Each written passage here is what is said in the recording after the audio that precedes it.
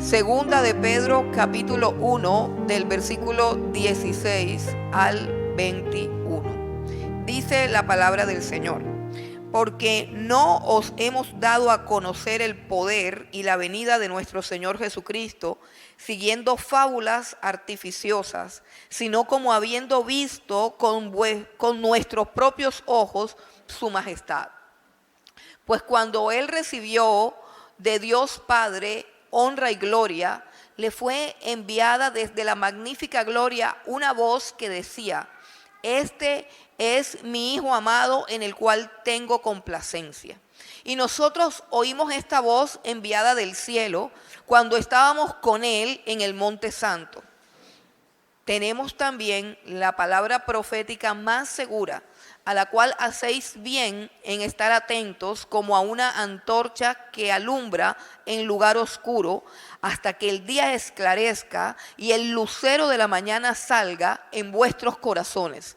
Entendiendo primero esto, que ninguna profecía de la Escritura es de interpretación privada, porque nunca la profecía fue traída por voluntad humana, sino que los santos hombres de Dios hablaron siendo inspirados por el Espíritu Santo.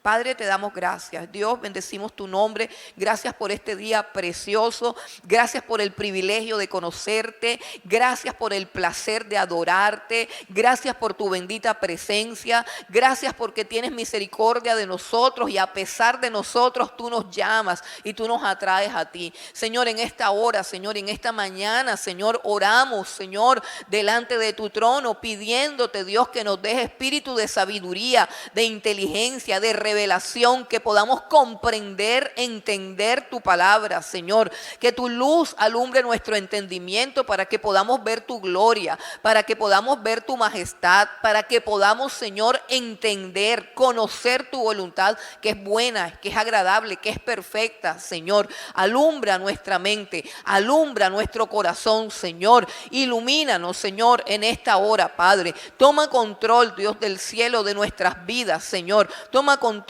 de mi mente, Padre, toma control de todas las limitaciones que tú conoces. Señor, toma control de mi vida, porque ciertamente, Señor, este pueblo que está aquí, Señor, y este pueblo que escucha, necesita escucharte a ti. Necesita que tú hables, Señor. Necesitamos oír tu voz, Señor, porque es tu palabra, Señor, la que puede sustentar nuestras almas, Señor, y afirmar nuestros corazones, Señor, mientras tú regresas por nosotros, Padre. Te lo pedimos en el nombre de Cristo Jesús y te damos gracias, Dios. Amén y amén.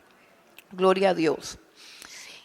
Hay una cierta tentación o inclinación a creer que la venida del Señor Jesucristo puede ser algo irreal, algo fantástico, algo así como una fábula, algo así como algo que podríamos titular difícil de creer, ¿cierto?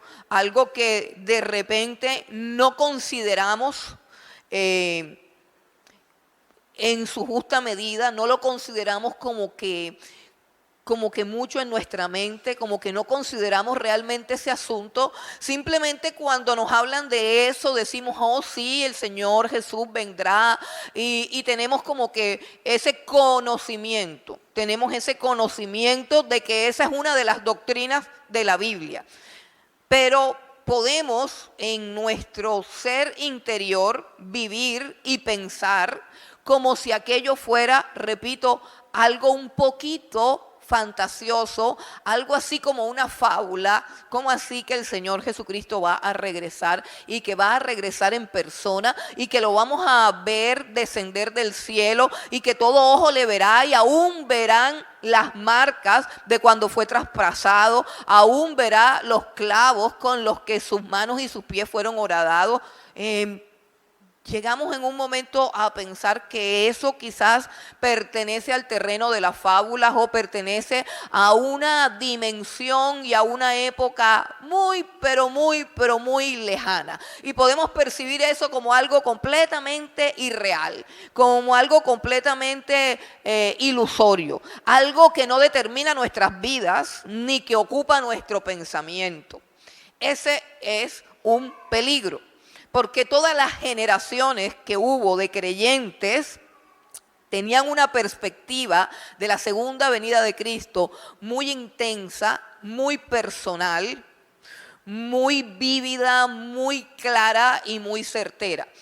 Y en este pasaje que acabamos de leer, el apóstol Pedro está dando dos grandes argumentaciones que aseguran que su venida es real. Dos grandes afirmaciones o dos grandes cosas que constituyen la seguridad del retorno del Señor Jesucristo. Y por eso es que me gusta esta carta, porque está centrada en la segunda venida del Señor Jesucristo. Y aquí él va a decir dos razones por las cuales nosotros no podemos dudar de la veracidad de la segunda venida del Señor Jesucristo, del anuncio que hicieron los apóstoles acerca del retorno del Señor Jesucristo a la tierra. Repito, el retorno del Señor Jesucristo a la tierra. Lo que nosotros pensamos, escucha bien, lo que nosotros pensamos y la manera como percibimos la venida del Señor Jesucristo acá a la tierra, determina la clase de fe que nosotros tenemos. Porque es muy fácil creer en algo que ya pasó. Jesucristo murió y resucitó. Y su tumba está vacía y sabemos que está en el cielo. Es muy fácil creer algo que ya pasó, pues ya pasó.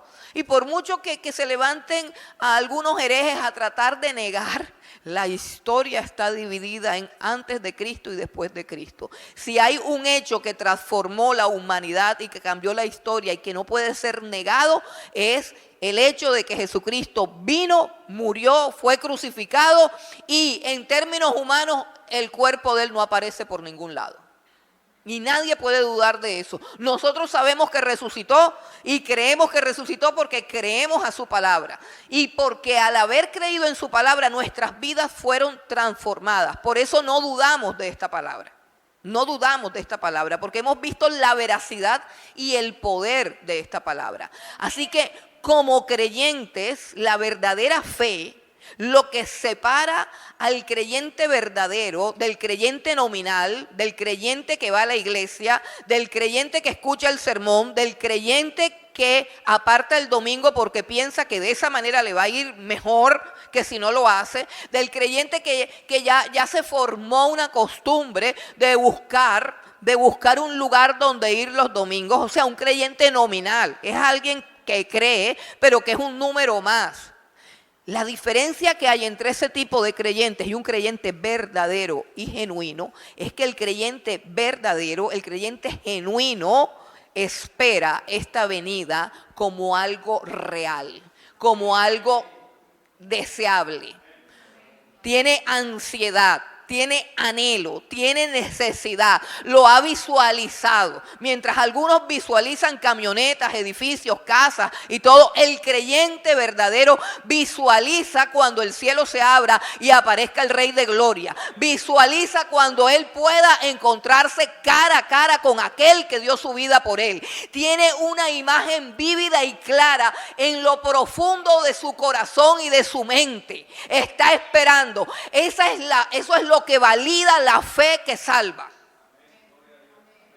Sin eso, repito, y el Señor nos está llamando a pasar de tener una fe ortodoxa, clara, genuina y sana, a tener una fe viva.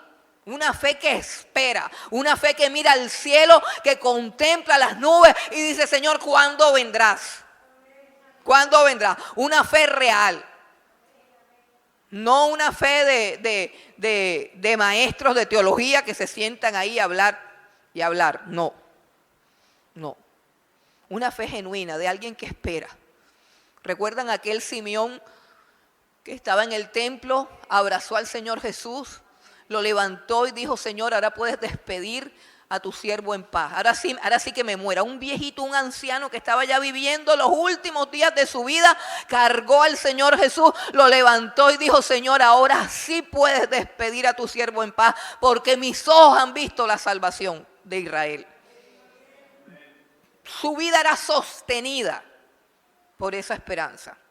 La esperanza de ver al Salvador. Y lo mismo a la señora Ana, que estaba ahí orando y ayunando. Y lo mismo todos los que empezaron a decir: hemos hallado a aquel de quien habló Moisés y los profetas. Hemos hallado al Cristo, ven y ve. O sea, hay una expectativa de algo que va a pasar en la vida, algo que estoy esperando, algo que estoy anhelando. Si no, esa fe es muerta. Abraham, el padre de la fe, no era un maestro de teología que creía en que la fe era, en que la salvación era por fe y no por obras, y recitaba eso. No, él ni entendía ese tratado. Era alguien que esperaba su propia realización y la esperaba en Dios. Y esperaba en algo sobrenatural. La fe es la esperanza que tenemos en algo sobrenatural. Y es una esperanza de algo sobrenatural que va a suceder. No porque me lo estoy imaginando, sino porque Dios lo anunció. Porque Dios lo anunció. Y la fe de Abraham no fue una fe a la que le hicieron un examen de soteriología para ver qué pensaba él acerca de si la salvación era por obras o por gracia, a ver si era alumno de Calvino o era alumno de Arminio. A él no le hicieron ningún tipo de examen. Pero la Biblia dice que él creyó en esperanza contra esperanza, esperando ser padre de multitudes, porque eso era lo que Dios le había dicho. Y él decía: ¿cómo? No sé. Y tenía 100 años, estaba viejo, estaba seco, estaba debilitado. Su esposa, que había sido estéril toda la vida, y además de eso ahora estaba menopáusica y vieja, y él esperó y creyó, repito, en esperanza contra esperanza. O sea, una esperanza que es socavada por su vejez, por su debilidad. Una esperanza que era socavada cuando él veía a su esposa que ya no podía con nada, y seguía creyendo que él iba a ser padre de multitudes. Fue una fe en lo sobrenatural, una fe que está viniendo, un futuro glorioso que está viniendo a mi vida, aunque alrededor todo se está oscureciendo. Así vive un creyente. Un creyente no vive preocupado por el sobregiro. Un creyente no vive angustiado porque tiene problemas de colesterol. Un creyente no vive atemorizado porque de pronto el COVID no se ha acabado. Un creyente no vive aturdido porque de pronto viene Petro y le quitan a uno todo lo que tiene. No. Bueno, no sé por qué dije Petro, porque puede ser los otros también. Es que él es el más famoso, hermano, perdónenme. Perdónenme, de pronto no es Petro el que quita todo, de pronto es otro, hermano. Bueno, hermano, tiene que haber una esperanza. Noé creyó en algo sobrenatural. La fe se valida por lo que espero. Yo no estoy esperando que Cristo muera. Yo no estoy esperando que Cristo resucite. Eso ya pasó. Eso ya pasó. Y yo le puedo preguntar a cualquiera si cree en eso, y sí, yo creo en eso. Y nos han engañado diciendo que eso es todo lo que hay que creer. No, Señor. Yo creo que Él viene otra vez. Yo creo que Él viene por mí. Y eso es lo que me hace verdadero creyente. Y eso es lo que hace que yo tenga que vivir por fe. Vivo por fe, vivo en la fe del Señor Jesucristo. Entonces, en la época de Noé, pues también había que esperar algo. Noé creyó. ¿Qué creyó Noé? Hermanos, Noé creyó que iba a venir un diluvio en un momento en que jamás había llovido sobre la tierra. No existía la lluvia. La Biblia dice que en la época de Noé había un vapor que subía de abajo hacia arriba, y ese vapor regaba toda la tierra. Y el huerto del Edén estaba provisto de un sistema de riego natural que Dios había establecido. Así que no existía la lluvia. La palabra lluvia fue algo que Dios le reveló a Noé. El concepto de un diluvio fue un concepto revelado por Dios a Noé. Y Noé le creyó. Y no le creyó en el corazón. No es que le creyó con toda su vida, porque duró 120 años serruchando, martillando y elaborando un arca de la cual todos se burlaban. Y por esa fe dice la Escritura que Él condenó al mundo. porque creyó no solamente en que Cristo vive, aleluya, gloria a Dios. No creyó solamente eso, como algunos creyentes. Él creyó que lo que Dios había dicho que iba a pasar, pasaría. Y demostró con su vida que él creía en eso. Demostró haciendo eso y viviendo, haciendo el ridículo delante de la sociedad, construyendo un arca de la cual todos se burlaban. Pasó 120 años y creyó. ¿Y cuál fue el resultado? Se salvó. ¿Cuál fue el resultado? Se salvó. Y así la fe se proyecta al futuro. La fe no vive del pasado. La fe se vive en el presente, se goza y se anticipa, pero es un evento ¿de qué? Del futuro. Entonces es importante que nosotros entendamos cuáles son estas dos cosas que garantizan la veracidad del retorno del Señor Jesucristo. Y hay unas palabras claves, y quiero que volvamos otra vez al texto. Otra vez ponga sus ojos en el texto y regresamos al versículo 16. Y dice, porque no hemos dado a conocer el poder y la venida de nuestro Señor Jesucristo. Y subraye esas dos palabras, el poder y la venida del Señor Jesucristo. Está diciendo el apóstol Pedro, yo no me he dedicado a enseñarles acerca del poder y de la venida del Señor Jesucristo sin tener los fundamentos, no como una fábula. O sea, yo no estoy contando esto como un cuento de vieja, como una fábula, como una tradición histórica que me ha llegado de otras generaciones, porque llegamos en un momento dado a creer que la venida del Señor Jesucristo y el arrebatamiento de la iglesia son unos asuntos de fábulas que algunos cristianos locos se inventaron. Entonces, el apóstol Pedro habla de el poder y la venida del Señor Jesucristo, pero no como si fueran dos cosas. No, de hecho, algunas traducciones dicen de la venida poderosa del Señor Jesucristo. El poder y la venida del Señor Jesucristo son una misma cosa, lo cual quiere decir que es la venida del Señor Jesucristo con poder. La venida del Señor Jesucristo con poder.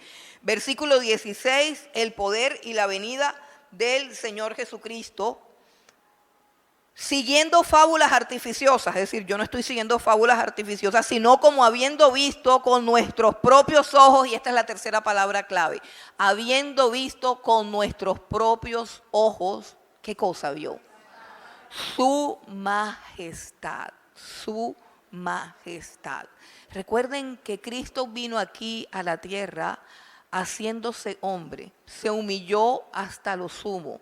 Y cuando asumió la naturaleza humana, también asumió la condición social de un siervo. Es decir, no asumió la condición social ni de los reyes, ni de los príncipes, sino de los siervos, de los pobres. Eso fue lo que Cristo asumió para salvarnos a nosotros. Pero aquí Pedro está diciendo que él está hablando de su segunda venida porque sus propios ojos la vieron.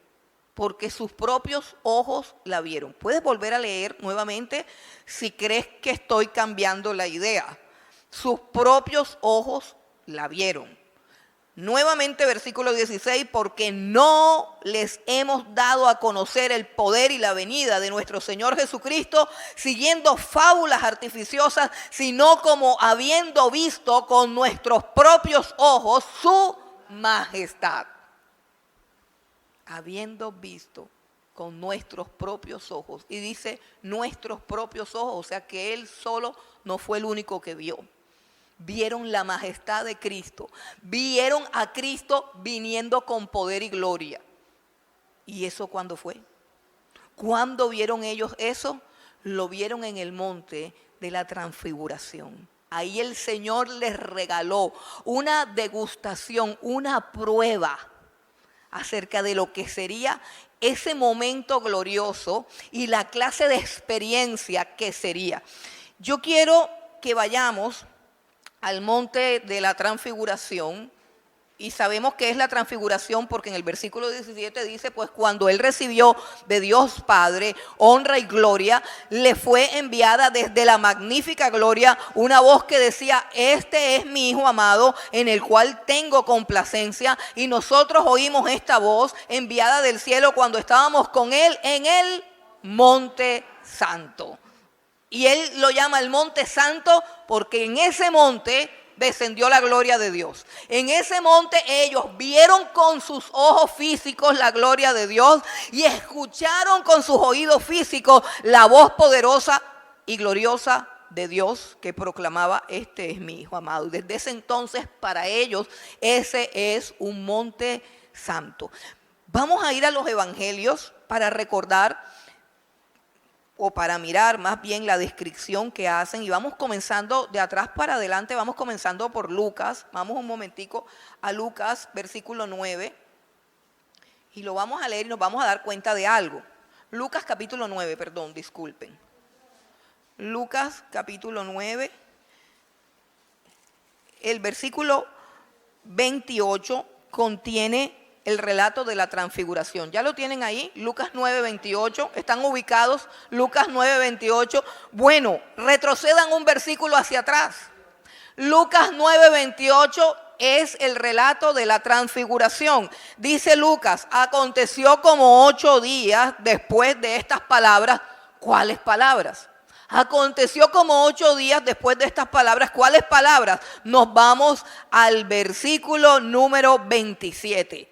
Y Jesús ha dicho lo siguiente a sus discípulos: pero os digo en verdad que hay algunos de los que están aquí que no gustarán la muerte hasta que vean el reino de Dios. No se van a morir hasta que vean el reino de Dios. Si ven esa afirmación de Jesús, y cómo así, o sea, cómo Dios altera los tiempos y cómo puede hacer que estos que son sus apóstoles, sus discípulos, viajen a través del tiempo y lleguen al momento que nosotros todavía estamos esperando. ¿A usted no le parece que es supremamente glorioso? Y ahí hay un cuadro de la eternidad de Dios, cómo Dios los lleva y dice, los voy a llevar por un instante, los voy a llevar por un segundo al momento glorioso en que yo venga acá a la tierra, un tiempo y un momento que todo el pueblo de Dios va a estar anhelando, pero ustedes no se van a morir sin degustar por un momento ese tiempo. Y lo podemos ver en los 3 evangelios. Escucha, los 3 evangelios narran la transfiguración de Cristo exactamente después de que Jesús dijo esas palabras. Y digo estas cosas, hermanos, porque hay sectas, escuche bien, hay sectas, hay locos, hay anormales, hay brujos, hay gnósticos, y hay un poco de gente que de pronto fuma antes de estudiar la Biblia, que dice que eso significa que algunos apóstoles no se han muerto. O sea, que nosotros aquí en el planeta Tierra todavía andan por ahí vivos algunos de ellos, porque eso es lo que significa que él dice, algunos de ustedes no se van a morir hasta que no vean el reino de Dios viniendo con poder. Pero hermanos, resulta que todos se murieron ya, y todos estarán allá en la gloria, pero acá en la tierra no hay ninguno, no hay ninguno. Los apóstoles que están aquí en la tierra son unos farsantes, son unos ladrones, son unos mentirosos. Los verdaderos ya no están aquí. Nos dejaron escrito precisamente antes de morir. Y Pedro está escribiendo antes de morir y dice, a mí el Señor ya me anunció que yo me iba de por aquí.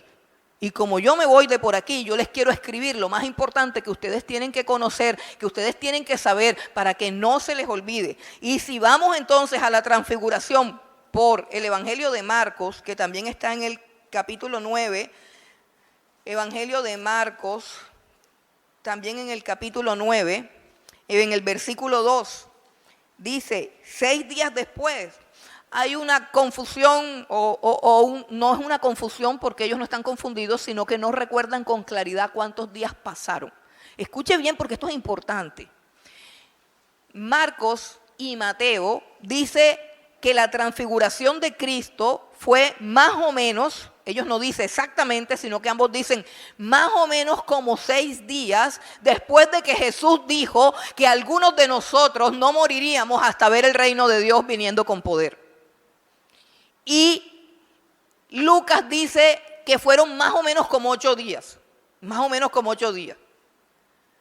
Pero yo quiero que vean la importancia de que los 3 evangelistas, independientemente de la precisión de los días, conectan un evento que tuvo mínimo 6 días de diferencia con una palabra que dijo el Señor Jesucristo. Con la misma frase que dijo el Señor Jesucristo. Vamos al capítulo 9 y en el versículo 2 dice: 6 días después Jesús tomó a Pedro, a Jacobo y a Juan y los llevó aparte solos a un monte alto y se transfiguró delante de ellos. Y si vamos al versículo 1 del capítulo 9, dice: también les dijo, de cierto os digo que hay algunos de los que están aquí que no gustarán la muerte hasta que hayan visto el reino de Dios viniendo con poder. Lo que estoy leyendo es Marcos 9. Marcos 9. Y ya voy para Mateo, que es el capítulo 17 de Mateo. En el capítulo 17 de Mateo encontramos la transfiguración. Otra vez. ¿Y qué hay antes? Aquí podemos leer el versículo 27 y 28. 27 y 28 dice, o sea, de Mateo 16. Si retrocedemos de Mateo 17:1, 2 versículos atrás, nos vamos a encontrar con Mateo 16, 27 y 28. Entonces dice: porque el Hijo del Hombre vendrá en la gloria de su Padre. Mira que es clarito lo que corresponde con la visión. Porque el Hijo del Hombre vendrá en la gloria de su Padre con sus ángeles y entonces pagará a cada uno conforme a sus obras. De cierto os digo que hay algunos de los que están aquí. ¿Y quiénes estaban ahí? Todos los discípulos. Todos los discípulos. De cierto os digo que hay algunos de los que están aquí que no gustarán la muerte. O sea, no se van a morir hasta que hayan visto al Hijo del Hombre viniendo en su reino. Qué lindo, ¿ah? Pasaron unos 6 días o unos 8 días, no importa. Y Jesús los tomó. Jacobo, Juan, Pedro, ven. Ustedes son esas 3 personas. Y se los lleva a un monte. Y yo les voy a dejar de tarea, que lean los 3 relatos. Cada uno aporta algo, cada uno hace énfasis en algo diferente, pero es algo supremamente glorioso. Por ejemplo, Lucas es el evangelio de la oración, del hombre perfecto, y Lucas nos dice que Jesús comenzó a orar.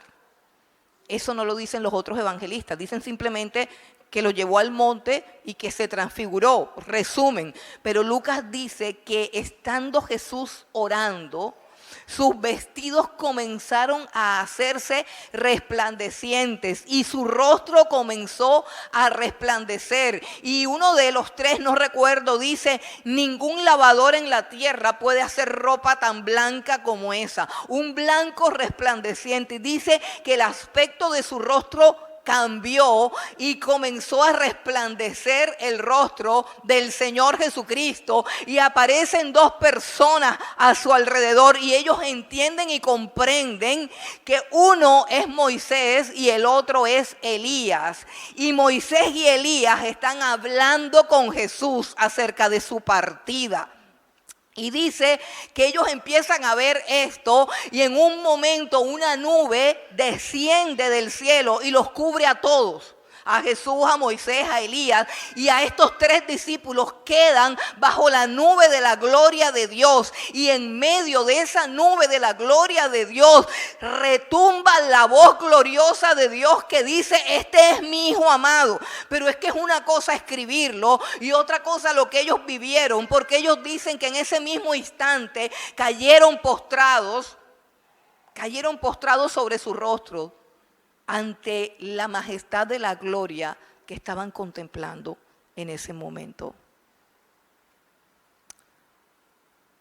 Alguien dijo: una imagen vale más que 1000 palabras. Porque aunque yo no pueda, no creo que pueda, con mi imaginación, captar lo glorioso del momento, esto quedó escrito para que yo lo leyera, para que yo lo escudriñara, para que yo lo conociera. Aquí hay un pedazo, un fragmento del reino de Cristo viniendo a la tierra. Aquí hay unas personas que están glorificadas y que pueden hablar cara a cara con el Señor. Aquí hay una visión que Dios te está diciendo, ¿sabes qué? Hay otra vida. ¿Sabes qué? Hay otro mundo. ¿Sabes qué? Lo que tú ves en la vitrina no es lo único, no es el sentido de la vida. Los proyectos que tú tienes con tu empresa o los proyectos que tú tienes con tu carrera o la novia que te gusta o lo que quieres comprar, te está diciendo, ¿sabes qué? Eso no es nada. Hay algo más grande y más glorioso. Hay algo mucho más glorioso que está por encima de ti. Y como tú no lo puedes ver, yo te lo muestro. Y esos discípulos estaban llamados a esa gloria. Yo estaba sentada aquí y empecé a pensar, más allá de pensar en la gloria de Jesús, porque se pudo aparecer Jesús solo y ya. Pero ¿y para qué sacaron a Moisés y a Elías? Y yo nos ponemos teológicos y entonces comienzo a decirles que Moisés representa la ley y Elías representa a los profetas, y entonces el cuadro de Cristo en la mitad es que la ley y los profetas están respaldando al Señor Jesucristo, y nos podemos poner teológicos y todo eso. Pero este es un mensaje que va no al intelecto sino al corazón. Y yo me ponía a pensar en Moisés, aquel muchacho acomplejado, aquel muchacho tartamudo, aquel muchacho traumatizado porque lo arrancaron a los 7 años de los pechos de su madre y se lo llevaron para un palacio de gente loca. Un trauma que él no pudo superar, porque a pesar de toda la gloria del palacio, él seguía detrás de sus hermanos cuando eran azotados y los defendía, aunque ellos no le habían pedido que los defendiera. Aunque a ellos les importaba 5 que Moisés se preocupara por ellos. Y luego le tocó huir avergonzado. Aquel muchacho tartamudo, acomplejado y traumatizado, que una vez desesperado, como decimos nosotros, peló el cobre, o botó el chupo, o se le salió el indio. Una sola vez en su vida. ¿Usted sabe cuántas veces yo he botado el chupo? Bueno, las que usted sabe y las otras que yo me guardo. Bueno, y a mí nunca me han castigado por botarme el chupo. O sea, Dios. Ustedes sí, pero Dios a mí nunca me ha castigado. A mí Dios nunca me ha dicho, ya te voy a quitar del pastorado porque has botado el chupo 200 veces. Nunca me han quitado. Y el pobre Moisés, mansedumbre en pasta, querían apedrearlo, lo infamaban, murmuraban, renegaban de él, le hacían de todo. Una sola vez Moisés botó el chupo, cogió rabia y dijo, les voy a hacer salir agua de la peña, se me tienen harto, y es que esto está aquí. ¡Prum! Y golpeó por culpa de la gente murmuradora y carnal. Y Dios le dijo, sí, con que muy rabioso, sí. No me diste gloria, no me honraste. Tú no tenías que golpear ninguna roca, tú tenías que hablarle a la roca. ¿No ves que la roca es Cristo? ¿Cómo tú vas a golpear la roca? No vas a entrar a la tierra prometida. El que guió al pueblo por años en la tierra prometida, y le dicen, no vas a entrar, no vas a entrar. Y se queda en el borde de un monte llorando, Señor, pero asómate a la montaña que te voy a dejar que la veas. Y uno dice, ay, qué colmo. Me van a decir que ustedes aquí, un poco gente se me va a preguntar, vea pastora, mire, yo creo toda la Biblia y todo, pastora, pero yo quiero decirle que a mí no me convence eso porque no dejaron entrar a Moisés. Oiga, pastora, pero es que es el colmo. Ya, también, hermano, qué tierra prometida ni qué tierra prometida si Moisés hablaba con Dios cara a cara. Qué tierra prometida ni qué nada, hermano. Qué tierra de Canaán ni qué nada. Si Moisés hablaba con Dios cara a cara y ahora lo encontramos parqueado al lado del Señor Jesucristo, vestido de gloria, hablando de su venida. Ese es Moisés. Ese es Moisés. Y ni hablar de Elías. Nadie le daba de comida a ese pobre hombre. El verdadero profeta, si hablara de prosperidad, lo alimentaran. Pero como él lo único que predecía era sequía. Elías decía, vive Jehová en cuya presencia estoy, que no va a llover más nunca hasta que yo diga. Y ¡guau! Se cerraba el cielo. Y el hombre se escondía, era flaquito. No comía, nadie le daba comida, hermano. Nadie le daba comida. Nadie en Israel alimentaba a ese pobre hombre. 2 veces comió. Una vez los cuervos le trajeron carne, animales de rapiña. Si los goleros llegaron con un pedazo de carne, se lo tiraron ahí. ¿Sabes lo que es comer carne que te traiga un golero? Después lo mandaron para un arroyo para que tomara agua y el arroyo se secó. Y cuando el arroyo se secó, Dios le dijo, bueno, ahora vete para una viuda de Sarepta de Sión que tiene 120 gramos de harina y les está echando agua para amasarlo y se lo va a comer. Le dices que te haga un buñuelo a ti.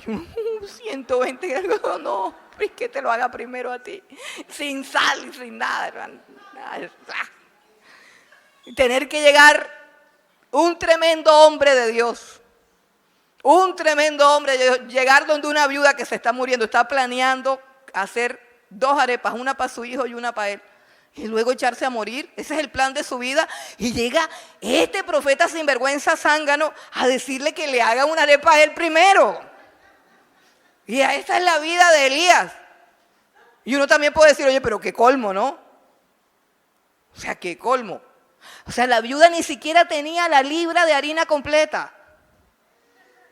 Dice un puñado de harina y una gota de aceite. Me voy a hacer un buñuelo, uno para mí, uno para mi hijo y después me voy a morir. Y dice, no. Antes de eso me haces uno a mí. ¿Y a cuenta de qué? Ese era Elías. Pero está al lado de Jesús, en gloria. Los estudiosos dicen que esos son los 2 testigos. Todavía no han parado de sufrir. Dice que van a venir acá a la tierra y también los van a matar. Pero van a resucitar. Pero ahí están hablando con Jesús. Mientras usted se levanta y se rasca la barriga y dice, voy a orar, no, mejor oro mañana. No, mejor oro al mediodía. No, yo necesito dormir. Es que no he dormido nada. ¿Sabes qué? Hablando de política un poquito, yo tengo un mal pensamiento en mi mente, un pensamiento que me atormenta. Y es que yo veo que nosotros estamos tan cómodos, tan contentos, tan saciados, tan felices, que probablemente necesitamos una temporada como la de Elías. Escasez total, hambruna total. Cuando comenzó el COVID, todo el mundo oraba. Cuando ya salió la vacuna, después de que uno le dio el COVID, dice, ay, ya me dio, ya no me morí. Entonces ya la oración menguó. Entonces yo tengo una preocupación de que nosotros estemos orando para que no nos den el remedio que nos necesitamos tomar para poder despertar. Es triste lo que estoy diciendo y voy a seguir orando. Pero yo veo con mucha preocupación que cada día más nos parecemos a la iglesia de la Odisea, que no tiene ninguna necesidad. Porque cuando usted necesita que el cuervo le traiga comida, no, te abre la nevera. Y usted va a la Olímpica o al Carulla o al Lara o al Sao o a lo que sea y usted dice, uy, qué caro, pero de todos modos compra. Dice, eso está caro. Pero de todos modos algo trae para su casa. Usted no tiene que esperar a los cuervos, ni tiene que mendigar ante una viuda. Pero los que están ahí al lado viendo la gloria de Jesús y hablando con Jesús, sí lo hicieron. Hay otro mundo diferente a este. Este mundo es pasajero. Esto se va a acabar. Pero hay un reino glorioso y eterno, en el cual estaremos glorificados con un cuerpo diferente a este, con la salud perfecta, vestidos de gloria,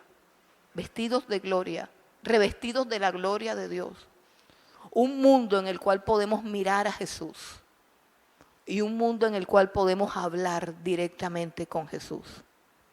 Un mundo en el que todo lo que hayamos sufrido y todas nuestras carencias estarán en el más completo olvido. Ni siquiera nos acordaremos de esas cosas.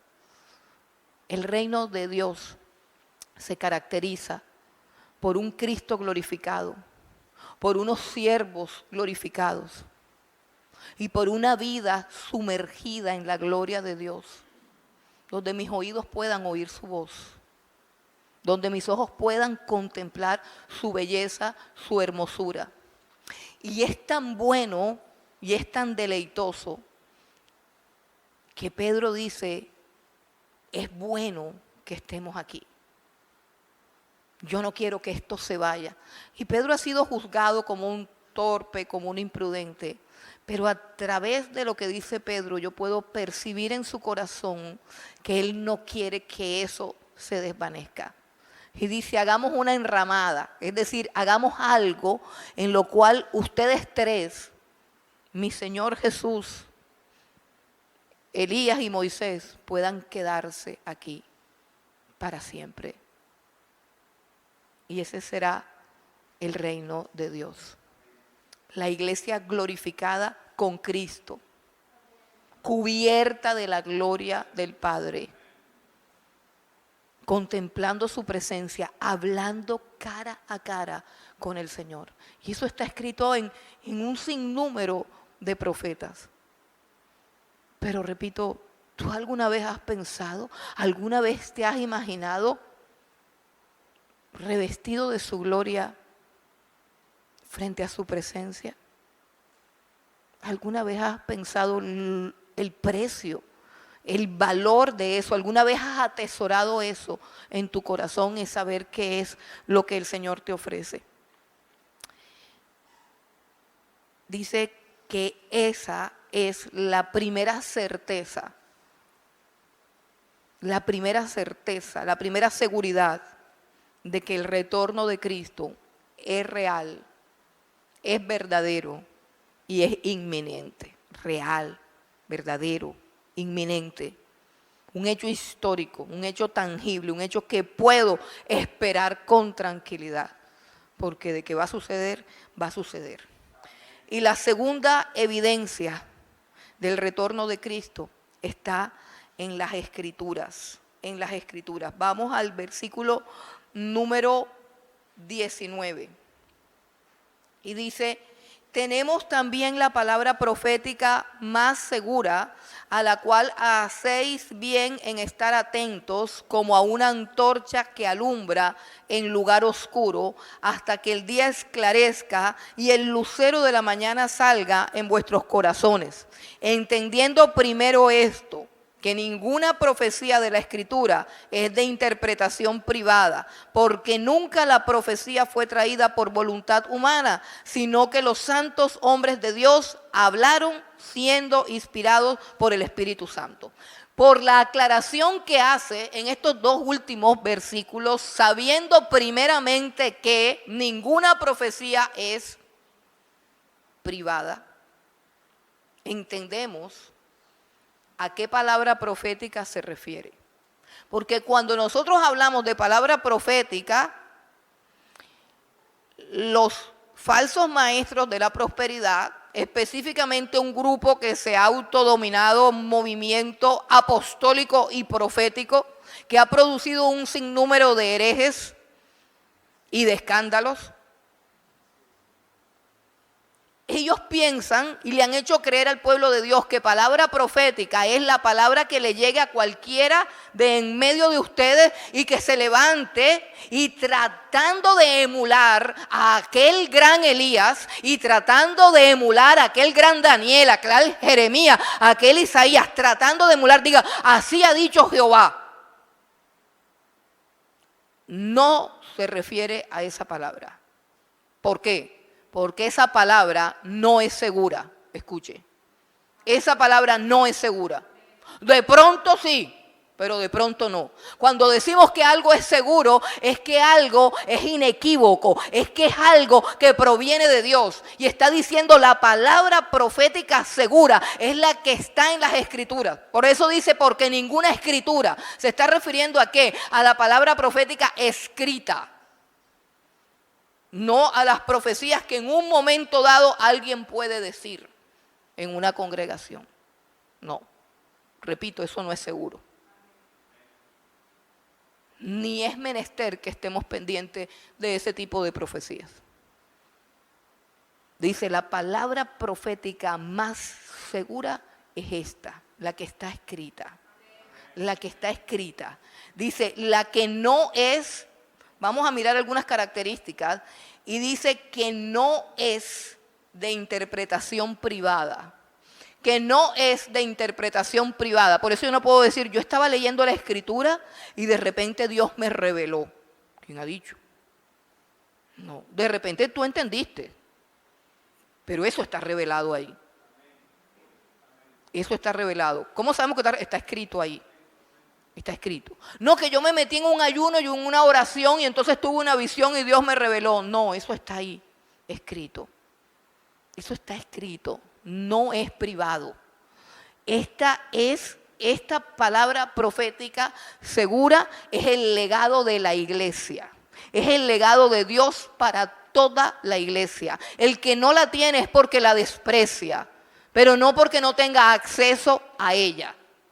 Es el libro de Dios para todos. Lo único que necesitamos es acercarnos al libro de Dios con humildad, con un espíritu humilde y habiendo creído en el Señor Jesucristo. Porque la Biblia enseña claramente que a algunos el Dios de este siglo les cegó el entendimiento, que hay un velo puesto. Escucha, aún sobre el pueblo judío, cuando lee la ley de Moisés, dice la Biblia que tienen un velo puesto, el cual es quitado por Jesucristo.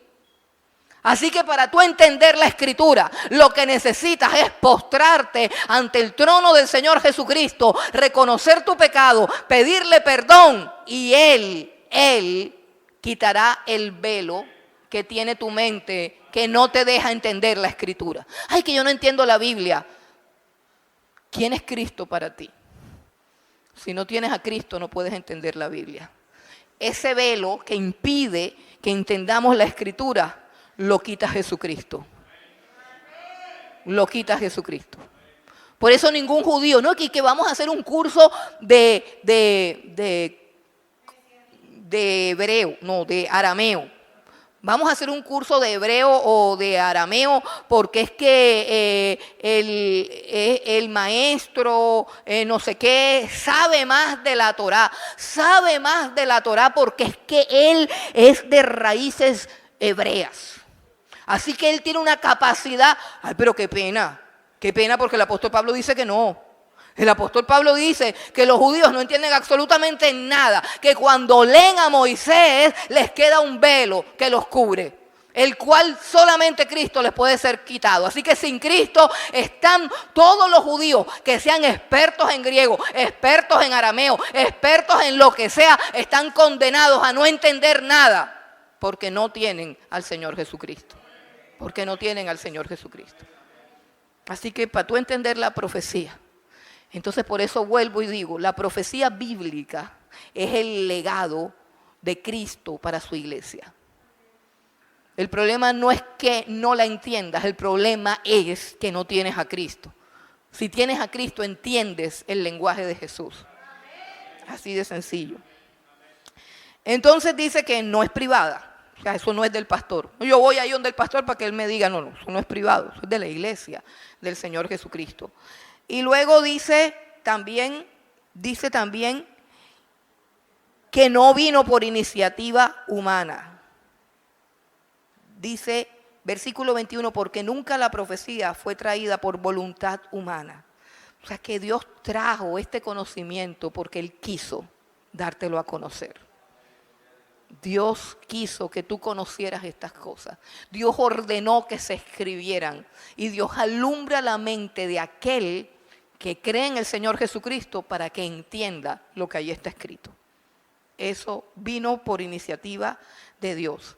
Y dice, no vino por voluntad humana, sino que los santos hombres de Dios hablaron siendo inspirados por el Espíritu Santo. Dice, hablaron siendo inspirados por el Espíritu Santo. Y quiero decirles algo un poquito de la inspiración bíblica. La inspiración bíblica no significa que esos hombres entraban en trance y les era dictado lo que tenían que escribir. No.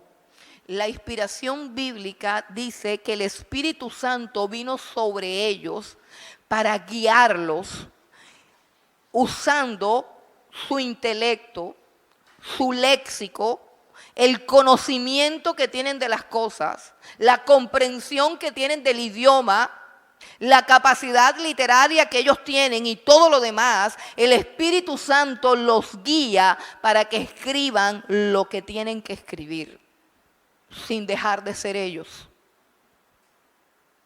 sin dejar de escribir en su propio idioma. Por eso el apóstol Pablo escribe algo así como que conozco a un hombre, si en el cuerpo o fuera del cuerpo, no lo sé, que fue raptado al tercer cielo y allá en el tercer cielo vio cosas inefables que no le es dado al hombre hablar. Vio algo y dijo, yo escribiría, pero la verdad es que no tengo ni el lenguaje, ni las palabras, ni el léxico para poder describir lo que yo vi allá en el tercer cielo. ¿Qué significa eso? Está siendo guiado por el Espíritu Santo, pero el Espíritu Santo no le está dictando cosas, ni está en un trance. Está simplemente diciendo la verdad y diciendo lo que necesita decir según la voluntad de Dios y según el Espíritu que lo guía. Los hombres escribieron siendo guiados por el Espíritu Santo, significa que todo lo que han escrito es verdadero y que todo lo que han escrito es necesario y que todo lo que han escrito tiene el poder de Dios porque es la palabra de Dios para transformar nuestras vidas, para transformar nuestros corazones. Esa es la segunda certeza. Pero ahora que ya miramos las dos certezas, las dos seguridades de que Cristo viene y que de verdad, que es real su retorno, la transfiguración primero, vieron un pedacito de ese reino y luego las escrituras, que son la palabra profética más segura. Ahora viene una exhortación, que es con la que vamos a terminar hoy. Y dice así en el versículo número 19, tenemos también la palabra profética más segura, a la cual hacéis bien en estar atentos, como una antorcha que alumbra en lugar oscuro. ¿Qué nos están diciendo? Que debemos estar atentos, atentos a la palabra profética, atentos. ¿Por qué? Porque ella es una antorcha. Miren el juego de palabras. Ella es una antorcha que alumbra en lugar oscuro. Esto es figurado. La Biblia es una antorcha. El mundo en el que vivimos, lleno de ideologías, de falsas creencias, de pecado, de corrupción, de maldad, es una total oscuridad. Y solamente hay una antorcha a la que debemos estar atentos, que es la palabra de Dios. La palabra de Dios. No es una persona a la que debes estar atento. No es un ministerio al que debes estar atento. No es un programa de radio, ni es un programa de televisión. Es la Biblia. Esa es la antorcha. La tienes en tu mano. Esa es la antorcha. Pero hay que estar atentos hasta qué. Porque es que hay toda una idea compleja. Debemos estar atentos a la palabra profética segura, considerando que ella es una antorcha que alumbra en estas tinieblas hasta que suceda algo. Sucede algo. Sucede algo cuando tú comienzas a poner tu atención en la antorcha. Tú comienzas a mirar la antorcha y la antorcha es la Biblia. La antorcha es la Biblia y comienzas a estar atento. No el domingo, no, todos los días. Todos los días tú diseñas tu propio sistema de estudio para escudriñar la Escritura y estás pendiente de la antorcha. Pero llega un momento en que esa antorcha, repito, en que esa antorcha produce algo en tu interior. ¿Hasta cuándo debo yo mirar la antorcha? Hasta que el lucero de la mañana resplandezca en tu corazón. Otra vez. ¿Hasta cuándo tengo que mirar esta antorcha? Hasta que el lucero de la mañana resplandezca aquí en mi corazón. Hasta que la luz de esa Biblia ya no esté allí, sino dentro de mi corazón. ¿Y sabes quién es el lucero de la mañana? El lucero de la mañana es Jesucristo, el Rey de Gloria. Dale un aplauso al Rey. ¡Aleluya! ¡Gloria a Dios! ¡Gloria a Dios! ¡Gloria, gloria, gloria a tu nombre! Tú eres santo, bendito por los siglos, digno de alabanza, digno de la gloria, digno del honor. Tú eres la luz que resplandeció en nuestros corazones, Señor Jesucristo. Por eso el que te sigue no está en tinieblas.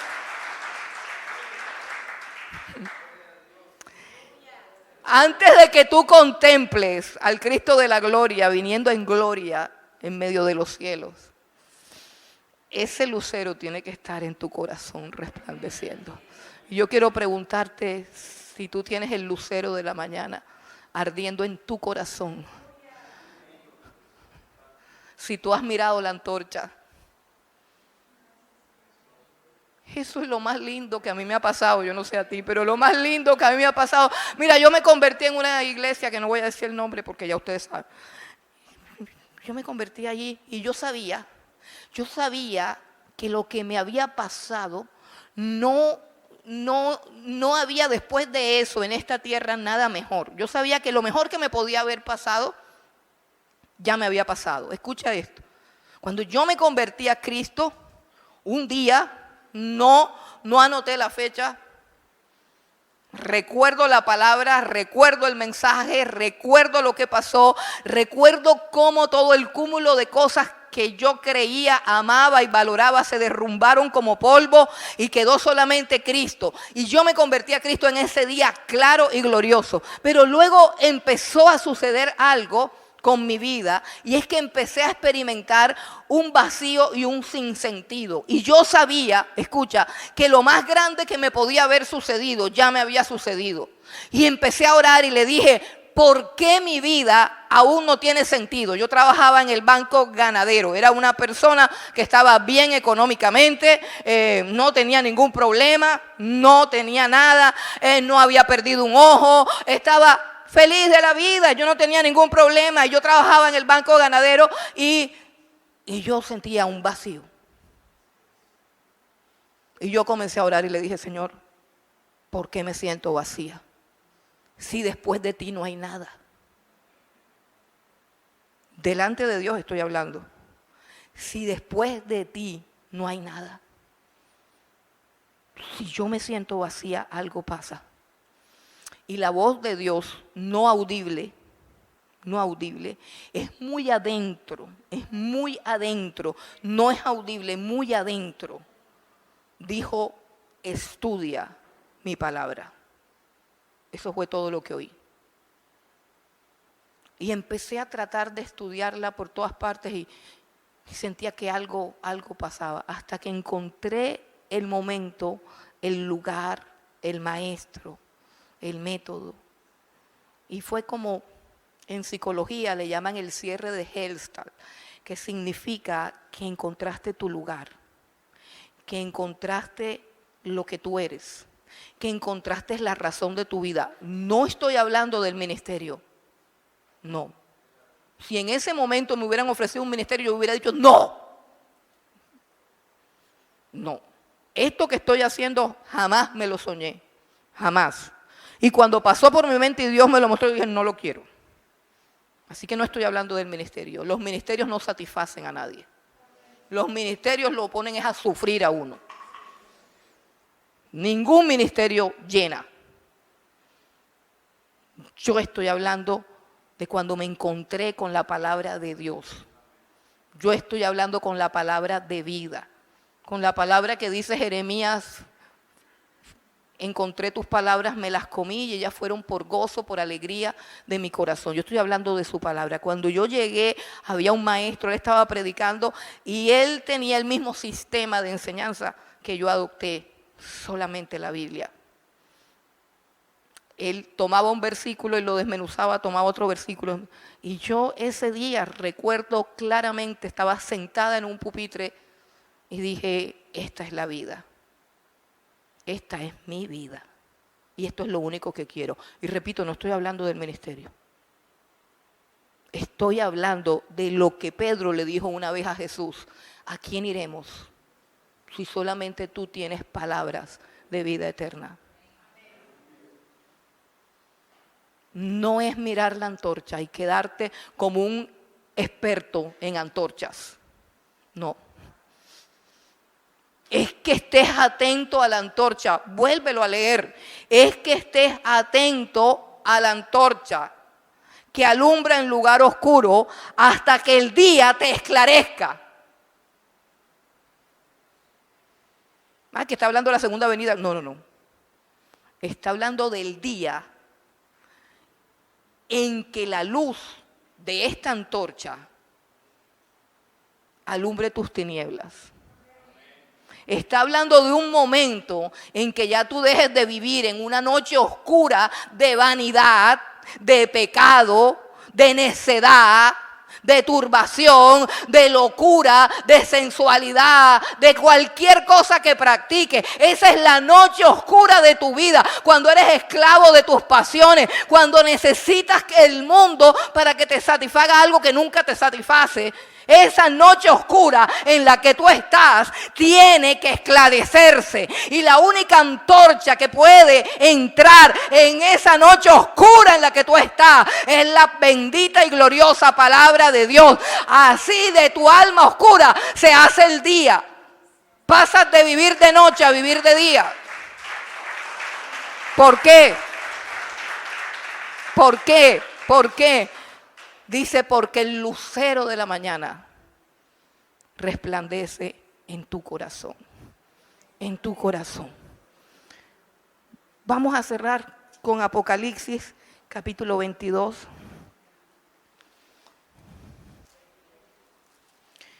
Apocalipsis capítulo 22. Versículo 14. Esta es una invitación de Jesucristo. Apocalipsis 22, 14 dice, bienaventurados los que lavan sus ropas para tener derecho al árbol de la vida y para entrar por las puertas en la ciudad.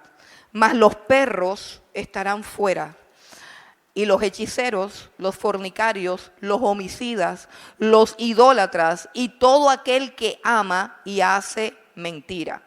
Yo, Jesús, he enviado mi ángel para daros testimonio de estas cosas en las iglesias. Yo soy la raíz y el linaje de David, la estrella resplandeciente de la mañana.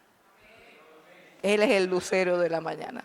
Hasta que ese lucero no salga en tu corazón, tú no estarás ansioso por ver lo que aparezca en el cielo.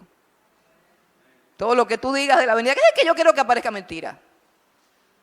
Tú lo que quieres es plata, tú lo que quieres es un marido, tú lo que quieres es un hijo, tú lo que quieres es una carrera, tú lo que quieres es un carro nuevo, tú lo que quieres es otra cosa, porque no te ha amanecido.